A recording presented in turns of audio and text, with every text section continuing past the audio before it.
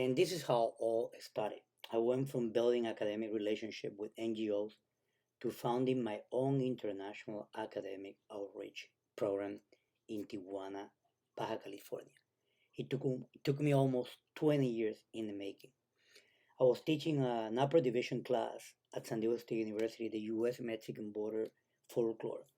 And one of the requirements for the class was a completion of community service. And at this time, we have been working with Casa del Emigrante, Friends of Friendship Park, and Desayunador del Padre Chao. The class was a complete success. I was having about 250 to 300 students that extended study wanted also to sell the class. And this is through extended study when I started to do this online. The class was a hybrid class. Most of the content was done through Blackboard at that time, and then the rest of it, the component of community service or learning service, was done on Saturdays. In 2007, I left San Diego State and I was hired by a prestigious private school, Francis Parker. And they really loved the idea of having the border trips as one of the global interims or global trips. And the class became a great success because I paired up with the social justice teacher, the art teacher, and I was teaching Latin American literature. So we created this really good, robust curriculum that went along with all the learning service that I was doing at San Diego State. So I was at a conference in Washington presenting, and then I met the Om Prakash who were listening to my presentation, and they were really surprised with the model that I was created, and they wanted me to be a part of their organization. So Om Prakash also works on the same idea of working with NGOs and try to link all these NGOs with universities, but having also an academic component. And that's how all started.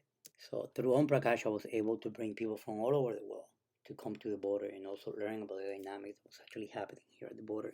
And I became sort of like an academic mentor for different schools throughout the US and also outside of the US.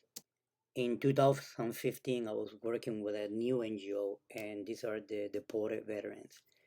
And out of March, I met this wonderful woman by the name of Maria Galletas. And Maria had a small office, and it was a really tiny NGO, and she was actually supporting all these women that was being deported with their families. And I immediately offered Maria my service. I say, Maria, through Om Prakash, we can bring volunteers who can come from different parts of the US and they can help you out. So with Om Prakash, we created this work plan agreement. We have objective goals, the tasks that were going to be done by the volunteers. So it was well done. From this point on, Om Prakash wanted to grow, and that's when they created something that is known as EDGE, which is Education Through Global Engagement. So Edge became one of the largest worldwide online platform that was linking all these NGOs from different parts of the world with some universities that at this point really managed to connect. This is when I offered to build a customized border program or an online class that will serve as a pre-departure class. It is a 12 units, and by the time students finish the course and they come to Tijuana, they're well informed about the current issues facing the border region between San Diego and Tijuana corridor. For my surprise, there were many students interested in taking my online class, and they were coming from different universities. For example, Alice Rocha came from Stanford University, Tegan, who came from Florida State University. And for my surprise, the class became also global. I was having students from Spain, in the case of Daniel, in the case of Celia, and I was really thrilled having all these people from all over the world who wanted to learn about our border issues, problems.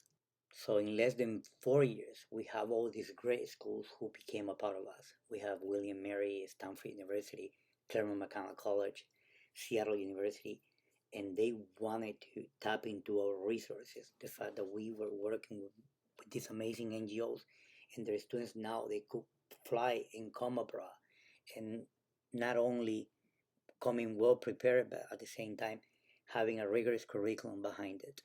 We had the New York Times writing about us, PBS, Slate, The Guardian, um, because we sort of broke through a new ground that nobody else was actually doing it. 2019, this year has been a good year. We continue to grow. We have added new partners, and Maria now becomes kind of like umbrella that supports at least 5 NGOs. San Diego State through the Center for Latin American Studies, which is LASO. Now we are officially linked with them. They send their students to get community service or learning service hours through us. I'm the one who monitor the hours. San Diego City College through the Dreamer Center.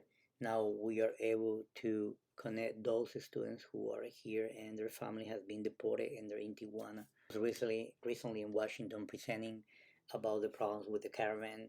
Um, the good news is we ended up having a new partner with us, and that's Santuario Internacional, and this is an amazing NGO that rescue women from sex trafficking. We continue to educate the community. Even CNN just went to see us and they wanted to learn about what is the current situation with refugees and migrants who are waiting in Tijuana.